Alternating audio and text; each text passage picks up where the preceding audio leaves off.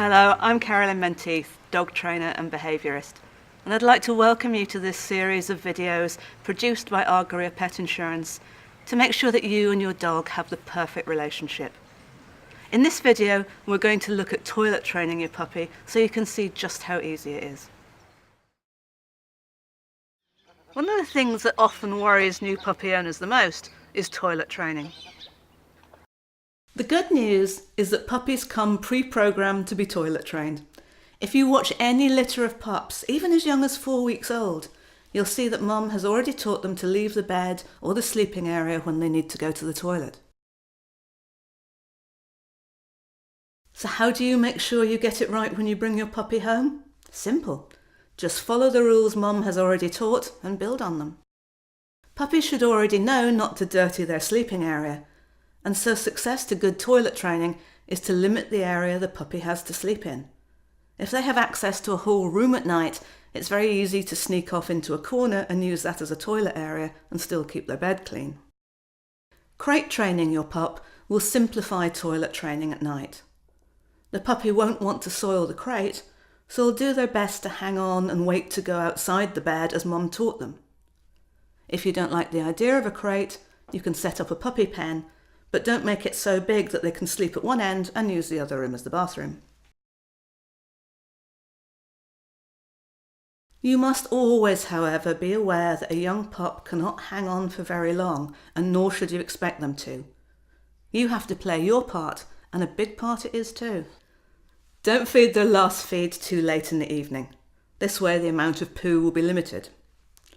Take them out as late as possible for their last toilet visit, 11:30 p.m. or later.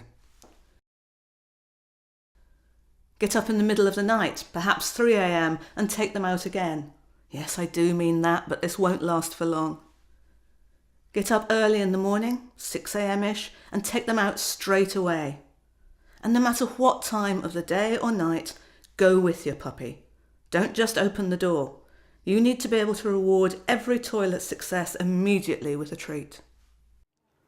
This way you don't get much sleep for the first few weeks, but you do lessen the chances of your puppy making a mistake. The fewer mistakes they make, and the more successes you can reward, the more successful your puppy's toilet training is going to be, and the quicker you can get a restful night.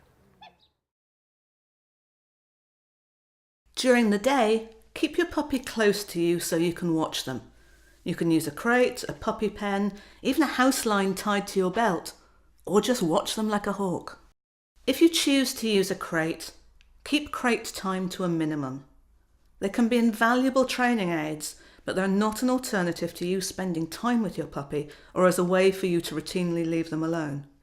It's usually easy to tell when a puppy needs to go to the toilet. They tend to turn in circles. They might do some sniffing. Plus, you'll also get used to the special telltale signs in your own pup. There are also obvious times when the puppy's going to need to go out. These are just after they wake up, after they've been playing, and after they eat or drink. It's up to you to understand when your puppy needs to go to the toilet and reward them for getting it right, rather than up to them to ask you to go out, especially in the first few months. Don't expect too much. This is something new owners often don't appreciate, so they make things far harder for their puppies and for themselves. It can be tempting to just let your puppy out into the garden and just expect them to go to the toilet, especially if it's raining or if it's the middle of the night. The problem with that is you don't know if they've actually done anything, and also you haven't been able to take that opportunity to reward them for getting it right if they have.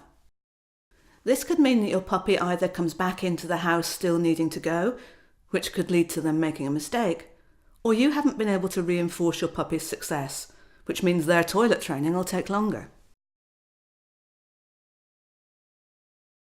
Never punish your pup for any mistakes.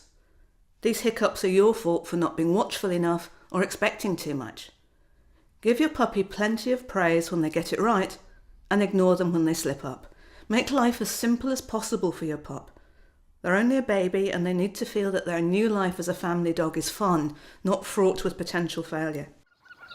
Toilet training takes time and patience, but it's the first serious thing you ever teach your puppy, And the more he trusts you and succeeds in this, the more you're going to be building your relationship for the future.